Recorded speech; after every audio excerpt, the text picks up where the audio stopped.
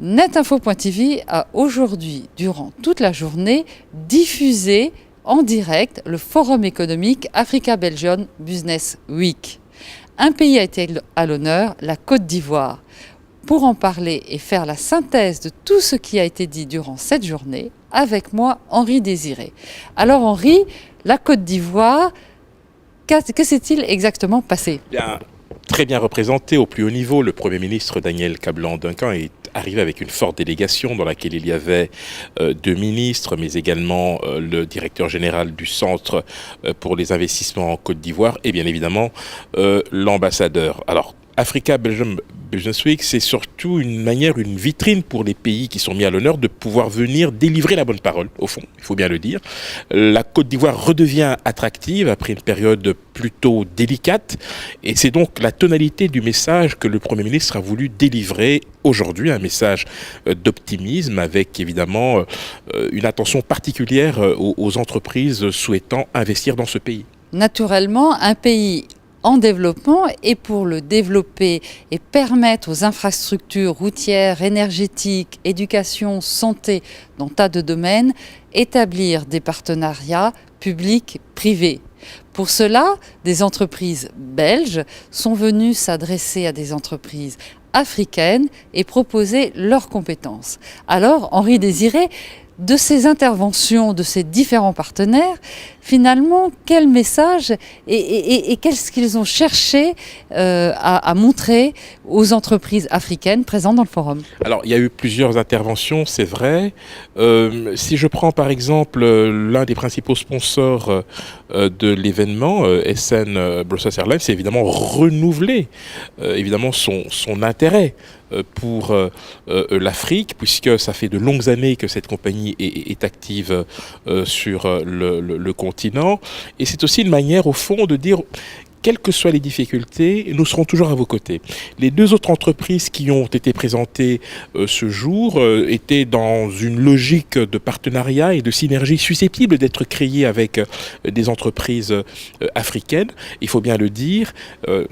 L'attractivité du continent passe aussi par un souci des entreprises belges en particulier, mais européennes en général, de pouvoir s'adresser à des entreprises, on va dire, quasi identiques ou de taille comparable, pour créer des conditions d'une coopération, ou en tout cas de synergie. Donc on était un peu dans cette tonalité-là.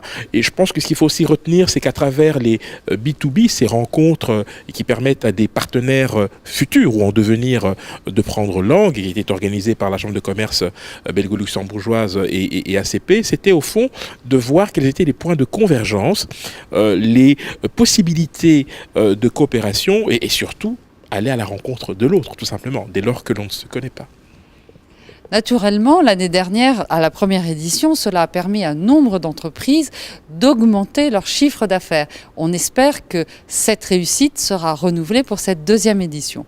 Le direct sur Netinfo continue demain, mais en attendant, voici quelques morceaux choisis de cette journée.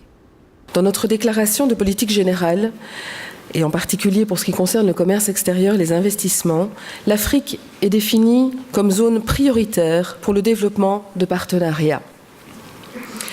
Avec une croissance annuelle estimée à plus de 4% du PIB, l'Afrique est le continent qui a enregistré la croissance la plus importante de la décennie. Les échanges commerciaux avec le reste du monde se sont multipliés. L'Afrique n'est pas un continent fermé sur lui-même dont la croissance serait endogène. L'Afrique est un continent qui s'est ouvert au monde, tant en termes d'exportation que d'importation.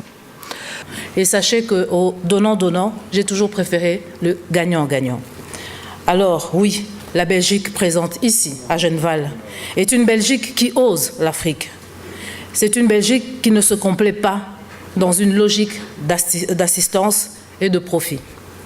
Oui, alors oui, l'Afrique présente ici à Genneval est une Afrique sans complexe. Une Afrique confiante de son développement et de ses atouts. Une Afrique consciente qu'elle a en elle les propres leviers de son développement économique. Une autre démarche pour nos entreprises, démarche tout aussi importante, est de développer de plus en plus de vrais partenariats avec des entreprises africaines, incluant des transferts de technologies et de compétences. Un partenariat win-win. Ces partenariats peuvent élargir sensiblement les activités de production et les activités commerciales et permettre ainsi l'essor d'entreprises africaines plus fortes, plus compétentes et davantage compétitives et contribuer ainsi à un développement économique et humain fort sur le continent. Pessimiste ou optimiste, la question n'est au fond pas pertinente. Là où est la croissance, là où est l'activité, là où sont les investisseurs. Et c'est ce qui explique que vous soyez si nombreux ici, aujourd'hui. Au niveau commercial, la Belgique est le 8e client et le 15e fournisseur de la Côte d'Ivoire, avec une balance excédentaire pour la Côte d'Ivoire. Donc nos amis belges doivent faire des efforts s'ils veulent équilibrer donc la balance. Pour accélérer le développement en Côte d'Ivoire, le gouvernement ivoirien travaille depuis 2011, année de la fin de la crise ivoirienne, autour de 3 axes stratégiques qui sont la paix et la sécurité, la réconciliation et la cohésion sociale, la relance économique et la reconstruction donc du pays. Chers amis opérateurs économiques ici présents, il faut souligner que le secteur privé, tant national qu'international, est déjà le principal moteur de la croissance économique ivoirienne. Ce secteur privé tient une place capitale dans le dynamisme de l'économie ivoirienne.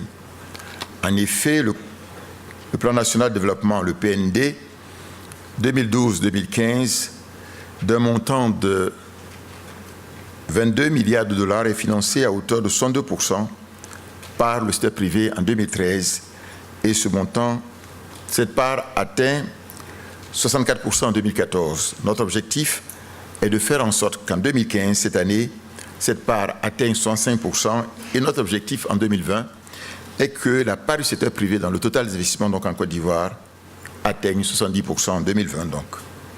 Jusqu'à présent, l'agriculture demeure le pilier de l'économie de la Côte d'Ivoire. Cependant, l'action du gouvernement vise à accélérer la transformation et la diversification de l'économie ivoirienne dans le cadre de sa stratégie de l'émergence à l'horizon 2020. Ainsi, les secteurs de l'agro-industrie, de l'énergie, des mines, du pétrole et des TIC font partie donc des secteurs prioritaires dans les actions du gouvernement en Côte d'Ivoire. L'agro-industrie représentant à elle seule plus de 115% de la valeur ajoutée et des emplois du secteur manufacturier et constitue le pilier du processus d'industrialisation de la Côte d'Ivoire. Notre objectif est de passer du stade de grands producteurs et exportateurs de matières premières à celui d'exportateurs de produits manufacturés basés sur nos grandes productions agricoles. Vous les connaissez, le café et le cacao, mais il faut ajouter aussi le caoutchouc, l'huile de palme, l'anacarde, le coton, la banane, autres fruits et légumes.